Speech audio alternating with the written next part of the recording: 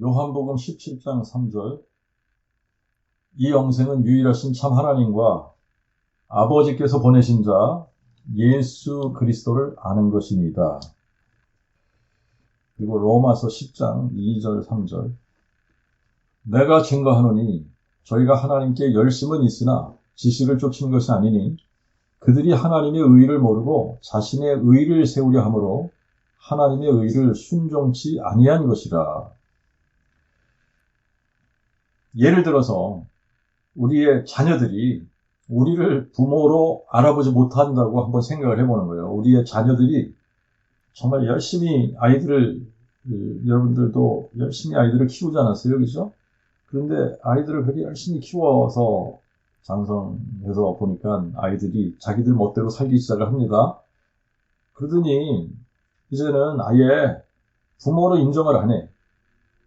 그러더니 자꾸 또 이웃집에 가서 이웃집 사람들에게 아버지라고 부르고 어머니라고 부르고 또 선물까지 사가지고 가서 인사를 드리고 아무리 자녀들의 이름을 부르면서 내가 너희 아버지야 라고 이야기를 해줘도 들은 척도 하지 않고 계속해서 이웃집 사람들을 찾아가서 아버지 어머니라고 부르면서 선물을 계속 들고 찾아간다면 여러분들 심정이 어떨까요? 우리는 전능하신 창조주에 의해서 하나님의 형상대로 만들어지고 하나님의 자녀로 만들어진 피조물이에요. 그러므로 인간에게 가장 중요한 것은 우리를 창조하신 창조주 하나님, 우리의 영존하신 아버지를 알아서 그분을 경배하고 그분의 계명을 지키는 거예요. 이것이 사람의 본분입니다. 이것이 사람의 모든 것이에요. 그러므로 사람이 세상적으로 아무리 성공한 것 같아도 자기를 창조한 창조주 하나님, 영존하시는 아버지를 알지 못하면 자기 멋대로 살아갈 수밖에 없고 사람으로서의 본분을 지키지 않았기 때문에 결국은 망하는 인생이 되어버리는 거예요. 우리의 영존하시는 아버지가 계셔서 계속 우리를 향해서 내가 너희의 영존하신 아버지라고 계시를 해주시는데도 들으려 하지 않고 알려고도 하지 않고 엉뚱한 우상 앞에 가서 경배를 하고 존재하지도 않는 신을 만들어서 그 신을 부르고 믿게 하고 제사를 드리고 헌물을 드리고 그런다면 이게 얼마나 악하고 잘못된 일입니까? 그래서 예수님께서 요한복음 17장 3절에 이 영생은 유일하신 참 하나님과 아버지께서 보내신 자 예수 그리스도를 아는 것이라고 말씀하신 거예요. 근데 지금 사람들을 보면 유일하신 참 하나님이 누구신지 잘 몰라요. 예수 그리스도가 누구신지 잘 몰라요. 그러면서도 자신들이 잘 믿는다고 착각하는 사람들이 꽤 많이 있습니다. 그런가 하면 자신들이 잘 믿는다고 생각하지는 않지만 그렇다고 해서 잘 믿고 싶지도 않은 사람들, 진리에 관심이 없는 사람들이 거의 대부분이 아닐까라고 생각을 해요. 아무튼 사람이라면 자기의 창조주를 알아서 하나님을 경외하고 그의 계명을 지키는 자가 돼야지 되는데 자기를 창조한 창조주 하나님이 다 보고 계시는데도 자기를 창조하지도 않은 우상들에게 그 앞에 무릎을 꿇고 경배하고 그 앞에 제물들을 갖다 놓고 그러면 이게 하나님 앞에서 얼마나 큰 죄가 되는지 이거를 우리가 한번 생각해 봐야지 되는 겁니다. 구약시대에는 하나님께서 여러 모양으로 친히 기적들을 베풀어 보여주셨어요. 그리고 선지자들을 보내서 여러 모양으로 말씀하시고 그래도 사람들이 외면하고 듣지도 않고 오히려 이방신들을 섬기고 여호와를 아는 지식이 없어서 망했는데 신약시대에는 하나님 자신이 친히 사람이 되셔서 말씀을 하시는데도 듣지 않고 외면하고 또 겉으로 보기에는 하나님께 열심을 있는데 하나님을 아는 지식이 있어서 그 믿음으로 순종하는 것이 아니라 자기들 나름대로 만들어 놓은 종교적인 열심을 부리면서 자신들의 의의를 세우려고 하는 것, 이것이 문제예요. 근데 지금도 그 문제는 마찬가지예요. 사람들이 성경에서 계시해 주신 하나님을 믿지 않습니다. 오히려 자기들이 만들어 놓은 교리를 앞세우고 주장하면서 유일하신 참 하나님을 아는 지식도 없고 아버지께서 보내신 자 예수 그리스도를 아는 지식도 없이 하나님의 의의를 모르고 자신의 의의를 세우려고 하나님의 의의를 애써서 순종치 않고 있는 것이 지금 기독교의 현실이란 말이죠.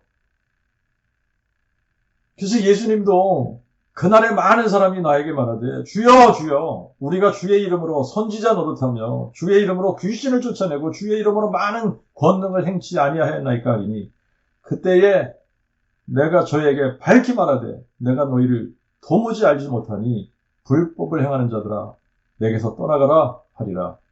그러니까 사람들은 자기들이 예수님을 잘 안다고 생각하는 거예요.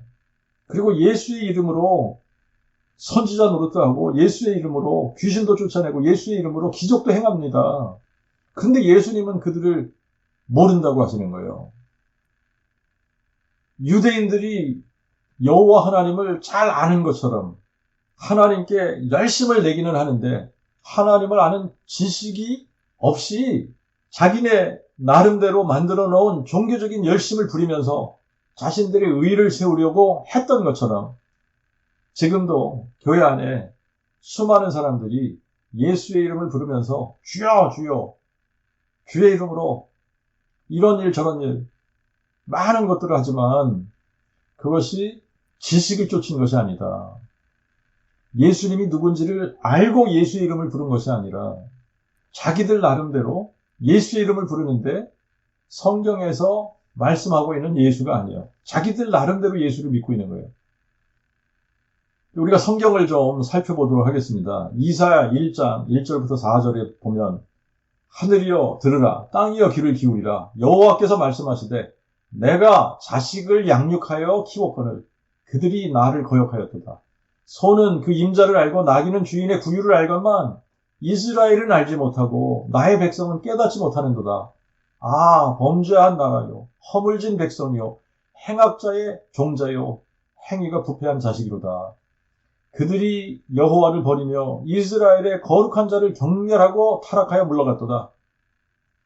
이사야 44장 18절 19절에는 그들이 알지도 못하고 깨닫지도 못함은 그들의 눈이 가리워져서 보지 못하고 그들의 마음이 깨닫지 못함이라.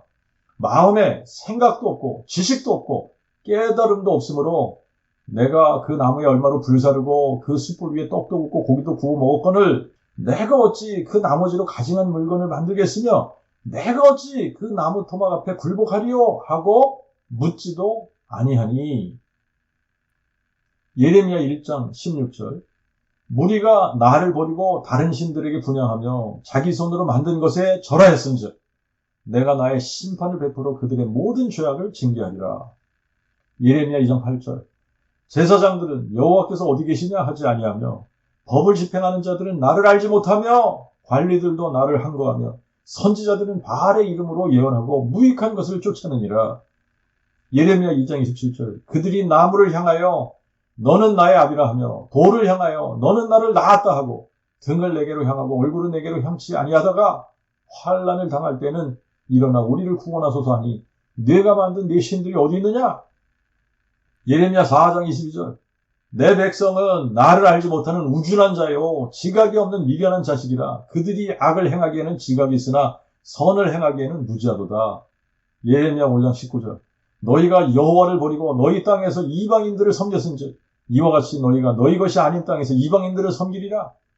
예레미야 7장 18절 자식들은 나무를 줍고 아비들은 불을 피우며 부녀들은 가루를 반죽하여 하늘의 여왕을 위하여 과자를 만들며 그들이 또 다른 신들에게 전제를 부음으로 나의 노를 격동하느니라. 예레미야 9장 6절 그들의 처소는 거짓 가운데 있어서 거짓을 인하여 그들은 나 알기를 싫어하는도다. 나 여호와의 말이니라. 에스겔 8장 14절 16절 그가 또 나를 데리고 여호와의 전으로 들어가 북문에 이르시기로 보니 거기 여인들이 앉아 단무스를 위하여 애곡하더라.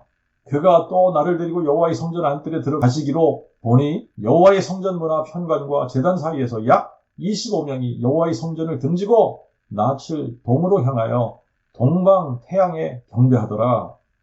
에스겔 14장 3절 인자야, 이 사람들이 자기 우상을 마음에 들이며 죄악에 거치는 것을 자기 앞에 두었으니 그들이 내게 묻는 것을 내가 조금이라도 용납하겠느냐? 에스겔 16장 17절부터 19절. 내가 또 나의 준 금, 은 장식품으로 너를 위하여 남자 우상들을 만들어 행음하며 또 내 수놓은 옷으로 그들 우상에게 입히고 나의 기름과 향으로 그들 앞에 베풀며 또 내가 내게 주어 먹게 한 내 식물 곧 고운 밀가루와 기름과 꿀을 네가 그들 앞에 베풀어 향기를 삼았으니 과연 그렇게 하였느니라. 나 대주제 여호와의 말이니라. 호세아 4장 1절 6절. 이스라엘 자손들아 여호와의 말씀을 들으라. 여호와께서 이 땅 거민과 쟁론하시나니 이 땅에는 진실도 없고 인애도 없고 하나님을 아는 지식도 없도다. 내 백성이 지식이 없어 망하는도다. 호세아 6장 3절과 6절. 그러므로 우리가 여호와를 알자. 힘써 여호와를 알자. 나는 인애를 원하고 제사를 원치 아니하며 태움제보다 하나님 아는 것을 원하노라. 요엘 2장 12절 27절. 너희는 이제라도 금식하며 울며 애통하고 마음을 다하여 내게로 돌아오라. 나 여호와의 말이니라. 그런즉 내가 이스라엘 가운데 있어 내가 너희의 하나님 여호와가 되고 다른 이가 없는 줄을 너희가 알 것이라. 구약 성경을 우리가 계속 읽어보면 사람들이 자기들을 창조하신 유일하신 참 하나님, 영존하신 아버지 여호와를 알지 못하고 이웃나라 백성들이 섬기는 우상들을 섬겼습니다. 그래서 선지자들을 보내서 계속 외치신 말씀이 뭐냐면 내가 너희 하나님 여호와니라. 이로써 너희가 나를 여호와인 줄 알리라. 그들이 나를 여호와인 줄 알리라. 나는 여호와라. 나 외에 다른 이가 없느니라. 이거를 수도 없이 반복해서 외치시는데 사람들이 듣지 않고 믿지 않고 그래서 우상을 섬기다가 다 망하게 됩니다. 구약의 마지막 선지자는 말라기 선지자인데 말라기 선지자 이후로 400년간 하나님께서 선지자들을 보내지 않으세요. 그리고 침묵하시다가 히브리서 1장 2절 말씀처럼 이 마지막 날에 아들로 우리에게 말씀하셨습니다. 아무리 선지자들을 보내서 말씀하셔도 듣지 않으니까 여호와 하나님이 우리를 창조하신 영존하시는 아버지께서 친히 동정녀의 몸을 통해 한 아기로 한 아들로 이 세상에 오셔서 우리에게 직접 말씀하신 겁니다. 이사야 선지자와 말라기 선지자를 통해 여호와 하나님이 사람 되시기 전에 여호와의 길을 예비할 사람을 먼저 보내시겠다고 약속을 하셨어요. 여호와의 길을 예비하기 위해서 먼저 온 사람이 침례 요한입니다. 이사야 40장 3절부터 5절에 이렇게 미리 약속하셨어요. 광야에서 외치는 자의 음성이 있어 너희는 여호와의 길을 예비하라. 사막에서 우리 하나님의 대로를 평탄케 하라. 골짜기마다 도두어지며 산마다 언덕마다 낮아지며 고르지 않은 곳이 평탄케 되며 험한 곳이 평지가 될 것이요 여호와의 영광이 나타나고 모든 육체가 그것을 함께 보리라. 대저 여호와의 입이 말하였느니라. 여호와의 영광이 나타나고 모든 육체가 그것을 함께 보리라 하신 말씀은 요한복음 1장 14절에 여호와 하나님이 육신이 되어 우리 가운데 거하실 것이라는 예언인 거예요. 여호와의 길을 예비하라는 것은 여호와 하나님이 육체로 오신 분이 누군지를 포인팅 해주라는 이야기입니다. 그래서 유대인들이 침례 요한에게 너는 내게 대하여 무엇이라 하느냐라고 물었을 때 요한복음 1장 23절에 요한이 이렇게 대답합니다. 나는 선지자 이사의 말과 같이 여호와의 길을 곧게 하라고 광야에서 외치는 자의 소리니라.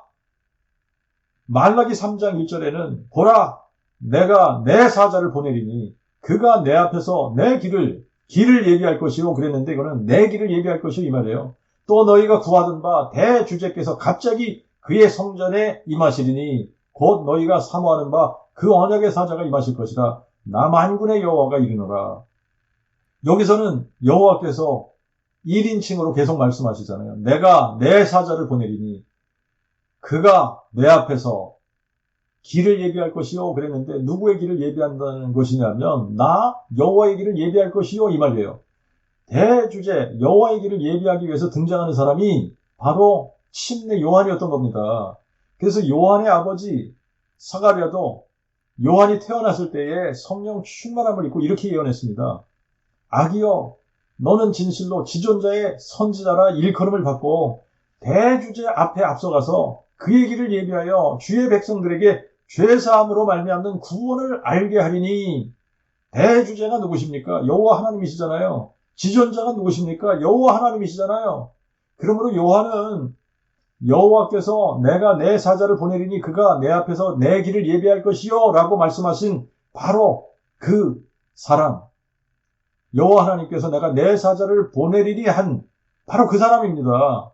그래서 예수님은 마태복음 21장 13절부터 15절에 모든 선지자와 및 율법에 예언한 것이 요한까지니 만일 너희가 즐겨받을진대 오리라 한 엘리야가 곧 이 사람이니라. 들을 귀 있는 자는 들을지어다. 들을 귀 있는 자는 들을지어다 라는 말씀이 이게 참 신비한 말씀이에요. 귀 없는 사람이 어디 있습니까? 귀는 다 있는데 사람들이 자기들이 듣고 싶은 것만 듣고 또 자기들이 듣고 싶은 대로 듣는 것. 자, 이거는 우리가 그 복음을 선포하다가 보면 사람들이 자기들이 듣고 싶은 것만 들어요. 자기들이 듣고 싶은 것만 듣고 또 듣고 싶은 대로 듣고. 자, 이제 그런 거를 우리가 알아요. 그죠? 그 복음 선포하다 보면 사람들이 그렇다는 걸 알게 됩니다. 그죠? 그래서 예수님께서도 내가 진리를 말함으로 너희가 나를 믿지 아니하는도다 그랬어요. 그리고 요한복음 8장 47절에는 하나님께 속한 자는 하나님의 말씀을 듣나니 너희가 듣지 아니하면 너희가 하나님께 속하지 아니하였음이니라. 요한복음 5장 39절 40절에는 너희가 성경에서 영생을 얻는 줄 생각하고 성경을 상고하거니와 이 성경이 곧 내게 대하여 증거하는 것이니라. 너희가 생명을 얻는 것임에도 내게 오는 것은 너희가 실로 원치 않는도다. 요한복음 10장 27절에는 내 양은 내 음성을 들으며 나는 또 저희를 알고 저희는 또한 나를 따르느니라. 들을 귀 있는 자는 예수님께서 하시는 말씀이 무슨 말씀인지 듣고 아는 거예요.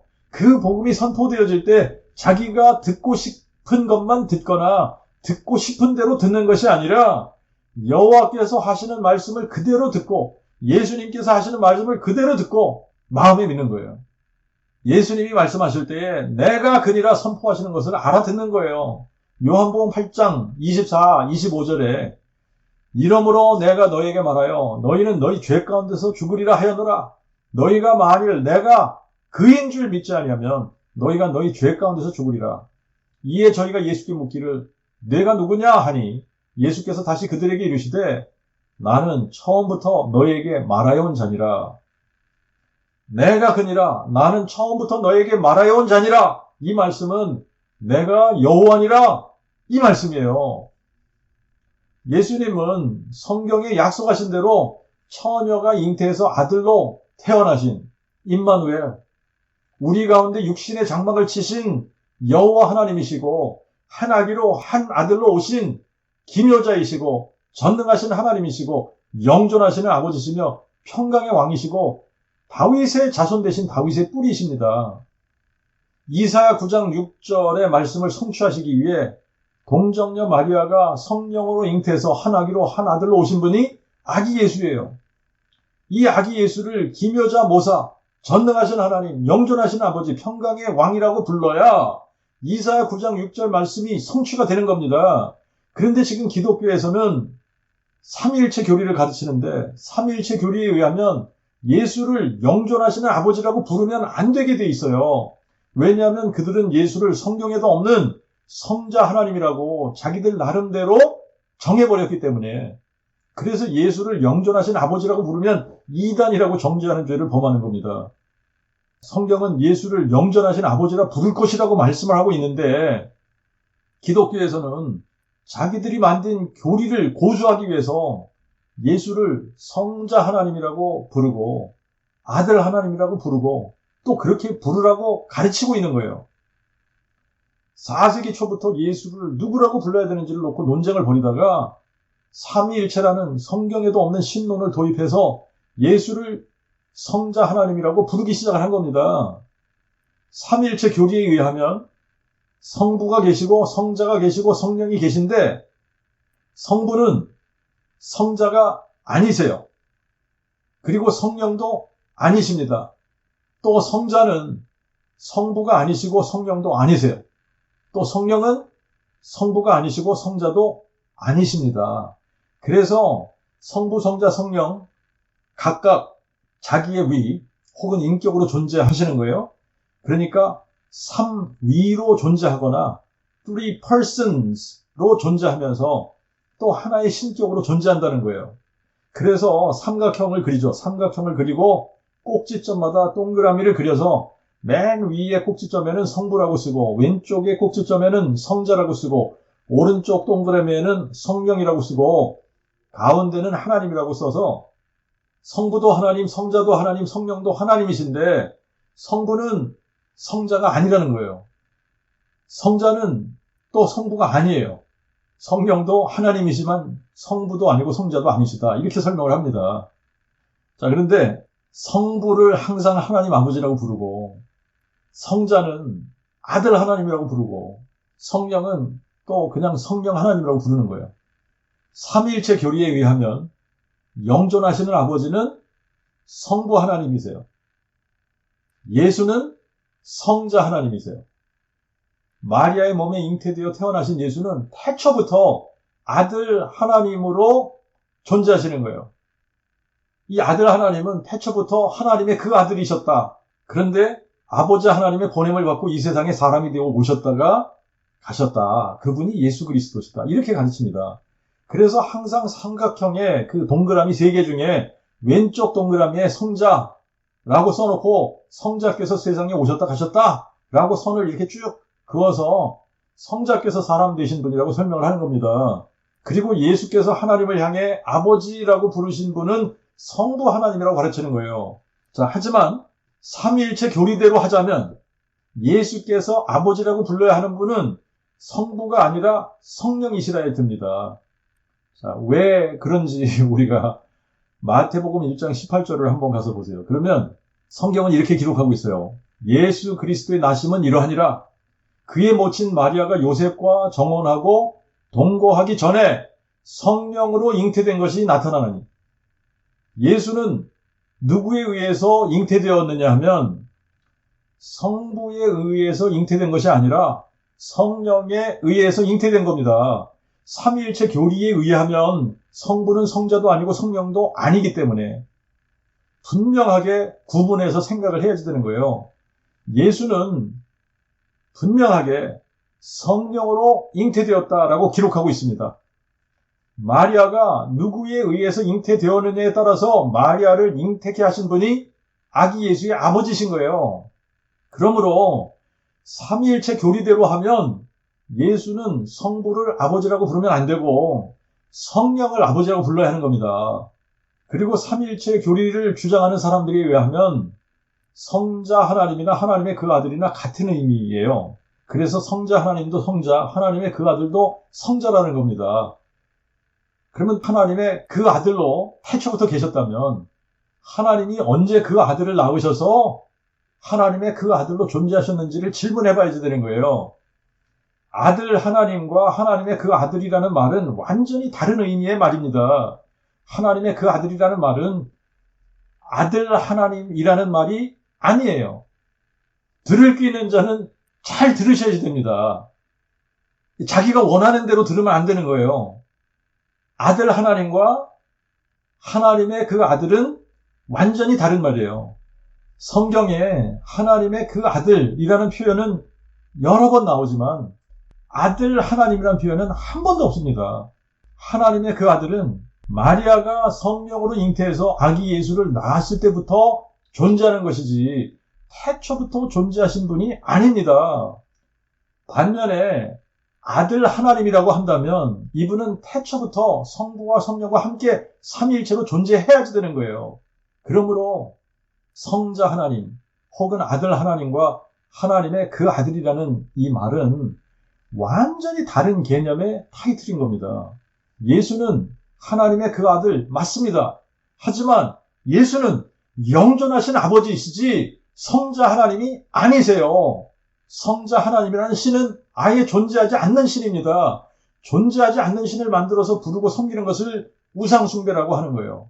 그런 의미에서 삼위일체 신을 믿는 것은 성경에도 없는 신을 만들어서 믿고 섬기는 것이기 때문에 우상숭배와 같은 죄를 범하는 겁니다. 예수 그리스도는 하나님의 그 아들이시고 기묘자 모사, 전능하신 하나님, 영존하신 아버지, 평강의 왕이신 여호와 하나님이 한 아기로, 한 아들로 동정녀 마리아의 몸을 통해 사람 되시면서 하나님의 그 아들이라는 타이틀을 받으신 거예요. 그러므로 영존하시는 아버지께서 한 아기로 한 아들로 우리에게 오시지 않았다면 하나님의 그 아들 예수 그리스도는 존재하지 않게 되는 겁니다. 성경의 말씀을 성취하는 일은 하나님께서 원하시는 것이고 하나님께서 행하시는 거예요. 그런데 성경이 성취되지 못하게 하는 것은 마귀가 하는 겁니다. 그러므로 이사야 9장 6절 말씀이 성취되려면 예수를 영존하시는 아버지라고 불러야 되는 거예요. 하지만 사람들이 만든 교리를 고수하기 위해서 성경에도 없는 삼위일체를 주장하고 예수를 성자 하나님이라고 부르면 성경이 성취되지 않게 하는 마귀적인 죄를 범하는 게 됩니다. 구약의 하나님과 신약의 하나님은 동일하신 하나님이라 해야지돼요. 창세기 1장 1절 태초에 하나님이 천지를 창조하시니라. 태초에 하늘과 땅을 창조하신 하나님이 누구십니까? 여호와이십니다. 하나님이라는 단어는 참 신을 지칭하는 단어예요. 참신. 여호와는 하나님의 이름입니다. 유일하신 참 신의 이름이 여호와인 거예요. 그리고 성령은 여호와 하나님의 본질이에요. 사람의 본질은 혈과 육이지만 하나님의 본질은 영이신데 거룩한 영이시기 때문에 성령이라고 부르는 겁니다. 그러므로 우리가 하나님이라고 부르던 여호와라고 부르던 성령이라고 부르던 동일하신 한 분 여호와를 가리키는 거예요.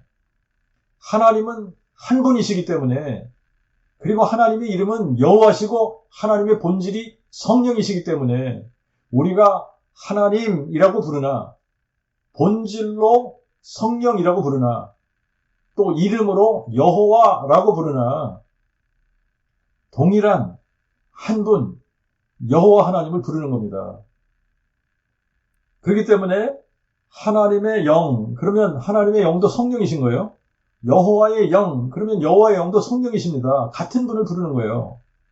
신명기 4장 35절 39절에 내게 이것을 나타내심은 여호와는 하나님이시오 그 외에 다른 신이 없음을 너로 알게 하려 하심이니라.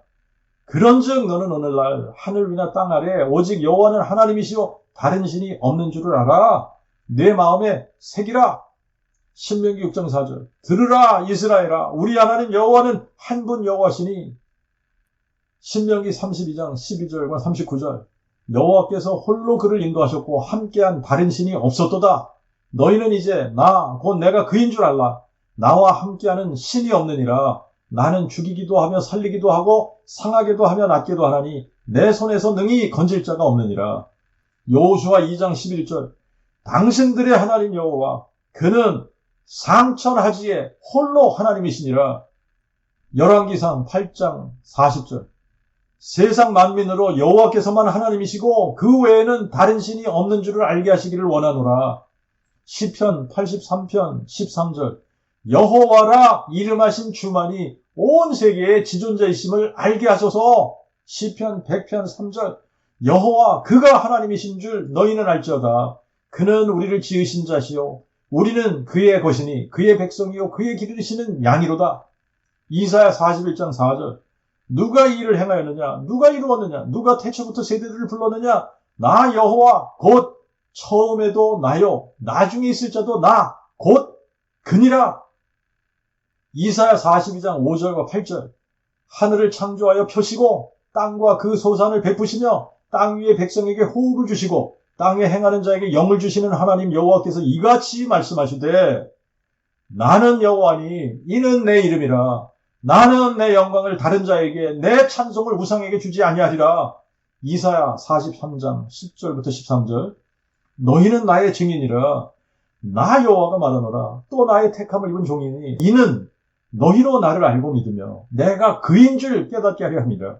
내 전에 지음받은 신이 없었고 내 후에도 없으리라. 나 곧 나는 여호와라. 나 외에 구원자가 없느니라. 내가 고하였고 구원하였으며 보였고 너희 중에 다른 신이 없었나니 그러므로 너희는 나의 증인이요 나는 하나님이니라. 나 여호와의 말이라. 과연 태초부터 내가 그니 내 손에서 능히 건질 자가 없도다. 내가 행하리니 누가 막으리요. 이사야 44장 6절과 24절. 이스라엘의 왕인 여호와, 이스라엘의 대속주인 나 만군의 여호와가 말하노라. 나는 처음이요 나는 마지막이라. 나 외에 다른 신이 없느니라. 내 대속주여 모태에서 너를 조성한 나 여호와가 말하노라. 나는 만물을 지은 여호와라. 내가 홀로 하늘을 펴고 땅을 베풀었을 때에 누가 나와 함께 있었느냐? 이사야 45장 5절부터 7절. 나는 여호와라. 나 외에 다른 이가 없나니 나밖에 신이 없느니라. 해 뜨는 곳에서든지 지는 곳에서든지 나밖에 다른 이가 없는 줄을 무리로 알게 하리라. 나는 여호와라. 다른 이가 없느니라. 나는 빛도 짓고 어둠도 창조하며 나는 평안도 짓고 환난도 창조하나니 나는 여호와라. 이 모든 일을 행하는 자니라. 이사야 45장 18절과 21절부터 23절.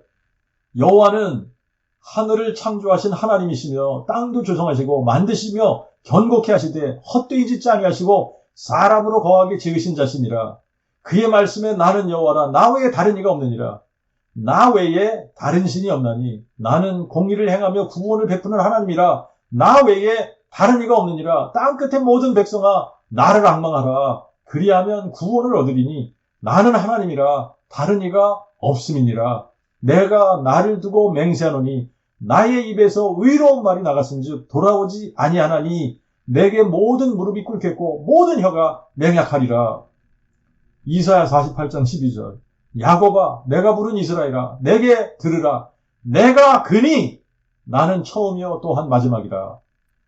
이사야 51장 13절 15절. 하늘을 펴시고 땅의 기초를 정하시며 너를 지으신 자 여호와를 너는 잊어버렸느냐? 나는 여호와 내 하나님이라. 물결로 흉용하는 바다를 잠잠케 하는 자니 내 이름은 만군의 여호와니라. 구약 성경에서 계속 외치는 말씀이 뭡니까? 상천하지에 유일하신 참 하나님은 여호와 한 분이시고 여호와 외에는 다른 신이 없다. 여호와와 함께하는 신도 없다입니다. 여호와께서 내가 그니라. 나는 처음이요 또한 마지막이라 그러십니다. 그러므로 너희가 나를 여호와인 줄 알리라. 이로써 너희가 나를 여호와인 줄 알리라. 사람들이 여호와를 안다면 너희가 나를 여호와인 줄 알리라. 그런 말씀 안 하십니다. 모르기 때문에 너희가 나를 여호와인 줄 알리라. 그렇게 말씀하시는 거예요. 근데 4세기 초부터 삼위일체 교리가 등장하면서 사람들이 하나님에 대한 지식을 변질시켜버린 겁니다. 상천하지의 한 분 하나님 여호와는 사라지고 그 대신 성부, 성자, 성령 이 세 하나님이 하나로 언제나 함께 계신다는 거예요. 삼위일체 교리에서는 여호와를 성부 하나님이라고 하면 여호와와 함께하는 신이 없다라는 말씀도 문제가 됩니다. 왜 그렇죠?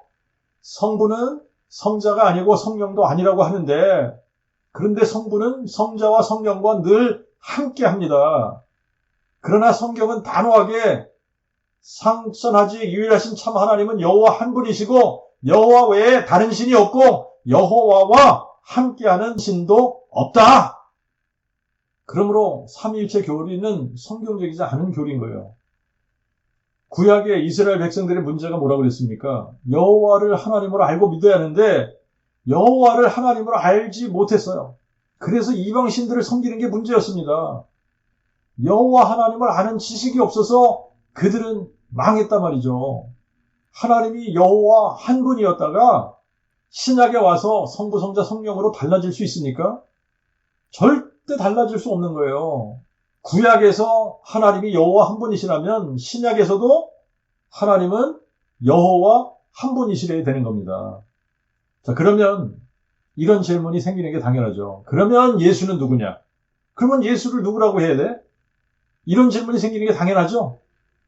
그러면 예수는 누구냐? 예수는 그리스도세요. 예수는 하나님의 그 아들이세요. 예수는 부활이고 생명이세요. 예수는 여호와 하나님이 사람 되신 분이세요. 예수는 다윗의 뿌리가 다윗의 자손 되신 분이세요. 그러므로 예수는 다윗의 뿌리요 자손이십니다. 예수는 그리스도라는 말을 사전적인 의미로 보면 예수는 기름 부음을 받은 자라는 의미예요. 하지만 암시적인 의미로는 예수는 다윗의 뿌리가 다윗의 자손 되신 분이라는 의미입니다. 그리스도는 한 사람이 왕과 선지자와 제사장으로 기름 부음을 받아서 이 세 가지 직분을 다 겸할 수 있는 사람이라야지 되는데, 제도적으로 왕은 유다 지파 다윗의 자손이라야 되고 제사장은 레위 지파 아론의 자손이라야 하기 때문에 사람으로서는 그리스도가 되는 게 불가능하게 만들어 놓은 직분입니다. 그런데 기묘자 모사이시고 전능하신 하나님이시고 다윗의 뿌리이신 여호와께서 사람이 되실 때에 유다 지파 다윗의 혈통의 처녀의 몸을 통해 나시면서 왕이 되실 수 있게 하셨고, 제사장이 되는 방법은 아론의 서열을 따르는 것이 아니라 아론보다 훨씬 위대한 멜기세덱의 서열을 따르는 영원한 제사장이 되심으로 왕과 제사장이 되셨고, 또 옛적의 선지자들로 여러 시대 여러 모양으로 말씀하시던 하나님이 이 마지막 날에 친히 사람이 되시면서 아들로 말씀하셨기 때문에 왕과 제사장과 선지자의 직분을 다 겸하시는 그리스도가 되신 겁니다. 이사야 46장 11절에 내가 말하였은즉 반드시 이룰 것이요 경영하였은즉 반드시 시행하리라. 그러므로 처녀가 잉태해서 아들을 낳으리라 그렇게 말씀하셨으면 처녀가 잉태해서 아들을 낳아야 되는 거예요. 또 한 아기가 낳고 한 아들을 주신 바 되었는데 그의 어깨에는 정사가 메었고 그의 이름을 기묘자 모사 전능하신 하나님 영존하신 아버지 평강의 왕이라 할 것이라. 여호와께서 이렇게 말씀하셨기 때문에 영존하신 아버지가 처녀의 몸에 잉태되어서 한 아기로 한 아들로 오셔야 되는 겁니다. 내가 말하였은즉 반드시 이룰 것이요 경영하였은즉 반드시 시행하리라 그러셨기 때문에 말씀하신 것은 그분이 이루셔야 되는 거예요. 예수는 하나님의 그 아들이시라는 말은 예수는 여호와 하나님이 사람 되신 분이라는 뜻입니다. 예수는 영존하시는 아버지가 한 아기로 한 아들로 오신 분이라는 의미로서 하나님의 그 아들이라고 부르는 거예요. 마태복음 1장 18절 말씀대로 예수는 마리아가 성령으로 잉태해서 낳은 아들입니다. 그런데 이사야 9장 6절에 의하면 이 아기 예수를 누구라고 불러야 하느냐? 기묘자 모사라고 불러야 돼요. 전능하신 하나님이라고 불러야 돼요. 영존하신 아버지라고 불러야 돼요. 평강의 왕이라고 불러야 하는 겁니다. 그러니까 누가 한 아기로 한 아들로 주신 바 된다는 예언이냐 하면 전능하신 하나님이 영존하신 아버지가 한 아기로 한 아들로 주신 바 되실 것이라는 예언을 하신 거예요. 이것이 그 복음의 비밀이고 그리스도의 비밀인 겁니다. 어떻게 영존하신 아버지가 한 아기가 되고 한 아들로 주신 바 될 수 있습니까? 그러나 대저 하나님은 그 말씀에 무엇에도 능치 못함이 없으시기 때문에 아무도 흉내낼 수 없는 것을 행하셔야 되는 거예요. 인간으로서는 불가능한 일을 행하셔야 되는 겁니다. 처녀가 잉태해서 아들을 낳는 것은 인간으로서는 불가능한 거예요. 그런데 영존하신 아버지는 전능하신 하나님이시기 때문에 인간으로서는 불가능하지만 처녀가 잉태해서 아들을 낳게 되시는데 그분이 바로 전능하신 하나님이고 영존하신 아버지가 육신으로 나타나실 때 동정녀 탄생하시겠다는 약속인 겁니다. 그래서 하나님의 그 아들이라는 표현은 영존하시는 아버지 여호와 하나님이 사람 되셨다는 의미로서 하나님의 그 아들이라는 타이틀을 받으신 거예요. 또 예수는 부활이요 생명입니다. 예수님 자신이 나는 부활이요 생명이라 그랬어요. 부활이라는 말은 죽은 자가 살아나는 것을 부활이라 그래요. 생명이라는 말은 살아있는 상태를 의미하는 겁니다. 죽지 않는 것을 의미하는 거예요. 그러니까 예수는 부활이요 생명이라는 말은 예수는 영생이라는 말입니다. 죽어도 살고 영원히 죽지 않는 예수는 생명의 근원이라는 말씀이에요. 예수는 죽은 자를 살리시는 하나님이라는 말이고 예수 안에 있으면 영원히 죽지 않는 생명을 가지게 된다는 말씀입니다. 그리고 예수는 사망을 삼키고 승리하실 것이라고 약속하신 여호와 하나님이라고 말씀하고 있는 거예요. 여호와께서 사망을 삼키고 승리하시리라고 약속하신 것을 이루시기 위해서 사람으로 나타나신 분이 예수라는 말씀입니다. 예수는 여호와 하나님이 사람 되신 분이세요. 그러므로 예수는 여호와시고 여호와는 예수시고 예수와 여호와는 동일하신 분이시고 하나시고 한 분이신 겁니다. 이것을 계시록 20장 16절의 표현으로 나 예수는 다윗의 뿌리요 자손이라고 하신 거예요. 다윗의 뿌리는 하나님이시고 하나님은 한 분 여호와시고 그러므로 다윗의 뿌리는 여호와시고 다윗의 자손은 사람이신 예수이신 겁니다. 그렇기 때문에 다윗의 뿌리요 자손이라는 말은 하나님이시면서 사람이시고 여호와이시면서 예수이시고 아버지이시면서 아들이시라는 의미입니다. 육체로서는 사람이시고 자손이시고 아들이신 예수이신데 예수의 육체 안에 계시는 영으로서는 뿌리이시고 아버지이시고 하나님이신 여호와신 거예요. 그래서 예수는 뿌리요 자손이시고 하나님이요 사람이시고 아버지요 아들이시고 여호와요 예수이십니다. 그러면 예수가 뿌리요 자손 아버지요 아들 하나님이시면서 사람이신 증거가 뭐냐? 성경에 약속하신 대로 예수께서 우리 죄를 인해 십자가에 죽으시고 장사 지낸 바 되셨다가 성경대로 사흘 만에 죽은 자들 가운데서 부활하신 것이 역사적인 사실이고 그래서 모든 사람들이 믿을 수 있는 확실한 증거가 되는 겁니다. 사람들은 다 죽습니다. 그런데 예수는 죽음을 삼키고 승리하셨어요.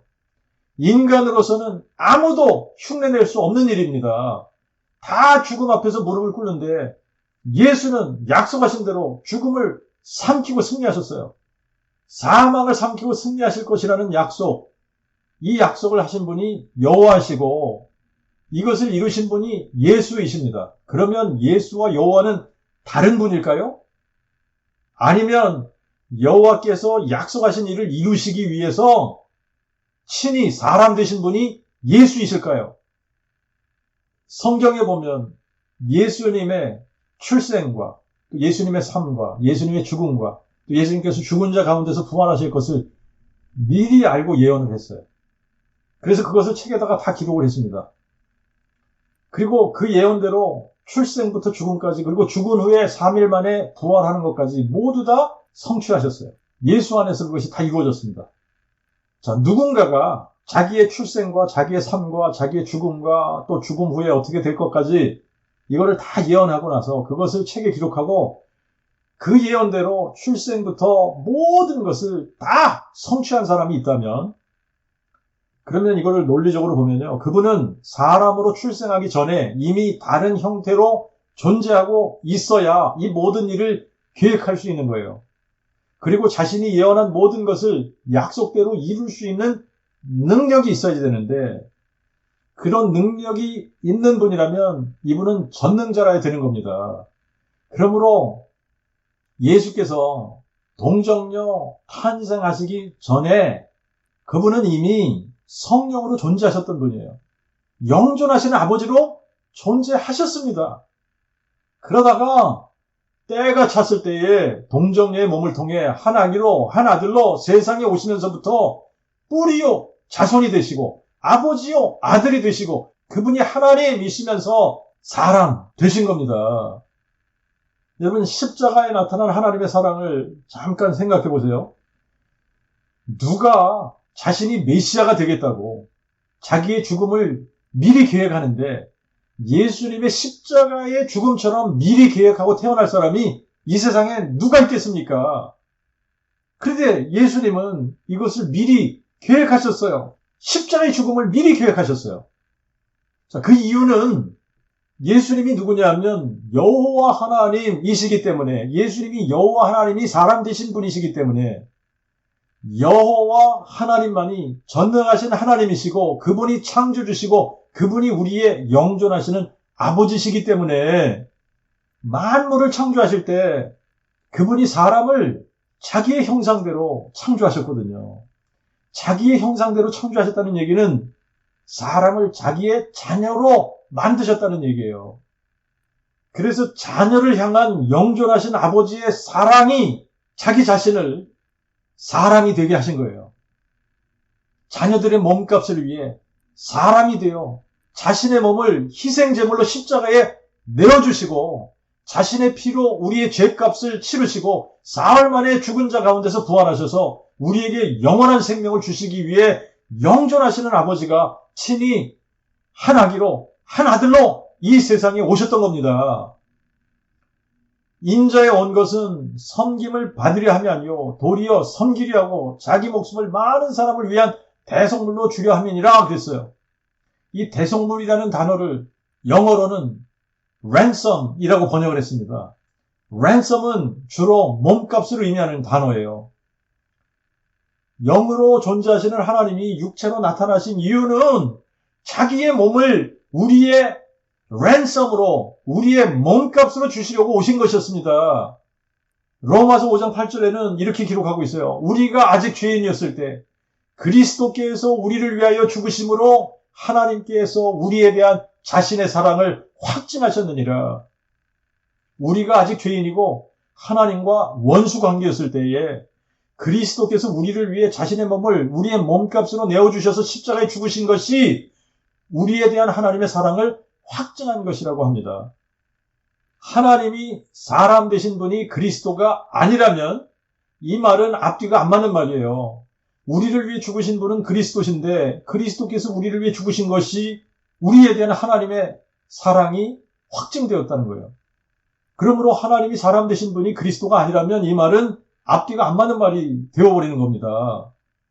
하지만 하나님이 우리를 위해 죽고 부활하시기 위해 사람 되신 분이 그리스도시라면 그리스도께서 우리를 위해 십자가에 죽으신 것이 우리에 대한 하나님의 사랑을 확증해 주시는 것이 맞는 거예요.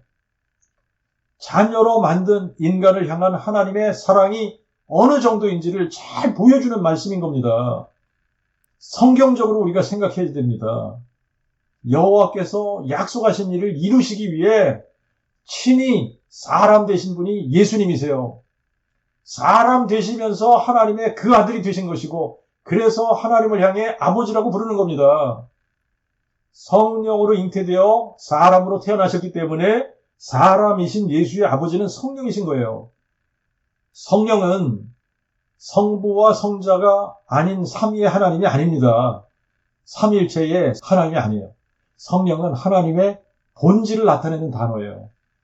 하나님은 영이신데 거룩한 영이시기 때문에 성령이라고 부르는 거예요. 그러므로 하나님은 한 분이시고 하나님의 이름은 여호와시고 하나님의 본질은 성령이신 겁니다. 그러므로 예수께서 여호와 하나님을 향해 아버지라고 부르는 것은 우리가 하나님을 향해 아버지라고 부르는 것하고 차원이 다른 거예요. 진짜 하나님이 예수님을 동정녀를 통해 낳으셨기 때문에 하나님을 향해 아버지라고 부르는 거예요. 예수의 아버지는 하나님이신 거예요. 하나님의 사랑은 십자가의 죽음으로 끝나는 것이 아닙니다. 죽은 지 사흘 만에 죽은 자들 가운데서 살아나셔서 영원히 죽지 않는 부활의 몸으로 나타나셨어요. 그래서 생명과 죽지 아니함을 우리에게 보여주신 겁니다. 인간 역사 속에 들어오신 예수님은 성경대로 동정녀 탄생하시고 성경대로 우리 죄를 인하여 죽으시고 장사 지낸 바 되셨다가 성경대로 죽은 지 사흘 만에 죽은 자들 가운데서 부활하셔서 자신이 성경에 예언해온 여호와 하나님이 사람 되신 하나님의 그 아들 다윗의 뿌리가 다윗의 자손 되신 그리스도이심을 증명해 주신 거예요. 그리고 이 부활이라는 역사적인 사실도 모든 사람에게 믿을 만한 확실한 증거를 삼아 주신 겁니다. 인류 역사 속에 죽었다가 다시 살아난 사람이 누가 있습니까? 예수 외에 아무도 없습니다. 예수는 여호와 하나님이 사람 되셔서 우리를 위해 죽고 부활하셔서 이 부활로 마귀를 멸하신 거예요. 약속하신 대로 여자의 후손으로 오셔서 뱀의 머리를 박살내셨습니다. 그리고 우리에게는 생명과 죽지 아니함을 드러내 주신 거예요. 그러므로 알지 못하던 시대에는 하나님이 허물지 아니하셨으나 이제는 어디든지 사람들을 다 명하여 회개하라 하셨으니 이는 하나님이 정하신 한 사람 예수님으로 하여금 세상을 공의로 심판할 나를 작정하시고 저를 예수를 죽은 자 가운데서 살리심으로 모든 사람에게 믿을 만한 확실한 증거를 주셨음이니라. 사람들이 죄를 생각할 때는 간음하거나 살인하거나 도적질하거나 사기치거나 거짓말하거나 시기 질투하거나 미움과 다툼과 우상숭배와 술취함과 호색과 난폭함과 뭐 이런 것들을 죄라고 생각을 하는데, 하나님께서 생각하시는 죄는 요한복음 16장 9절에 죄에 대하여라 하면 저희가 나를 믿지 아니하며, 예수 믿지 않은 게 죄라는 거예요. 예수 믿지 않은 게 죄예요. 예수를 믿지 않는 것이 죄의 뿌리인 거예요. 죄의 열매들은 뿌리가 제거되면 시들어 죽게 되고 모두 다 용서받을 수 있지만, 모든 사람에게 믿을 만한 확실한 증거를 주셨음에도 예수를 믿지 않는 이 죄는 용서가 안 되는 죄인 겁니다. 그래서 죄의 뿌리의 결과는 사망이고, 죄의 싹은 사망이라고 로마서 6장 23절에 말씀하고 있는 거예요. 죄의 싹으로 들어온 것이 사망이에요. 근데 죽는 것으로 끝나는 것이 아닙니다. 히브리서 9장 27절에 보니까 한 번 죽는 것은 사람에게 정하신 것이요, 그 후에는 심판이 있다 그랬어요. 계시록 20장 13절부터 15절에 보면 각 사람이 자기의 행위대로 심판을 받고, 그리고 누구든지 생명책에 기록되지 못한 자는 다 불못에 던지우더라. 예수 믿지 않는 것이 죄의 뿌리고 죄의 싹으로 사망이 들어왔으니까, 논리적으로 생각을 하면 죄의 뿌리를 제거하면 사망도 사라지게 되는 것이 맞는 이치입니다. 그러므로 이제 하나님께 회개할 죄는 딱 하나, 예수 믿지 않은 것을 회개하는 거예요. 예수를 믿지 않는다는 것은 예수께서 죽은 자 가운데서 부활하신 사실을 마음에 믿지 않는다는 것을 의미하는 겁니다. 예수께서 죽은 자 가운데서 부활하셔서 부활의 능력으로 자신의 주장을 증명해 주셨기 때문에, 예수의 부활을 마음에 믿지 않으면 예수께서 주장하신 모든 것을 믿지 않는 것이 되는 거예요. 예수의 부활을 마음에 믿으면 예수께서 주장하신 모든 것을 믿게 되는 것이고, 그래서 예수께서 죽은 자 가운데서 부활하신 것을 마음에 믿으면 구원을 받는 것이고 영원한 생명을 얻어서 심판에 이르지 않게 되는 겁니다. 내가 만일 내 입으로 예수를 주로 시인하며 또 하나님이 그를 죽은 자 가운데서 살리신 것을 내 마음에 믿으면 구원을 받으리니, 사람이 마음으로 믿어 의에 이르고 입으로 시인하여 구원에 이르느니라.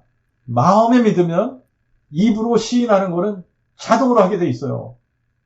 그러므로 더 이상 지체하지 말고 마음의 문을 열고 예수께서 죽은 자 가운데서 부활하신 것을 마음에 믿어서 구원을 누리시는 여러분들 되시기를 주님의 이름으로 축원합니다.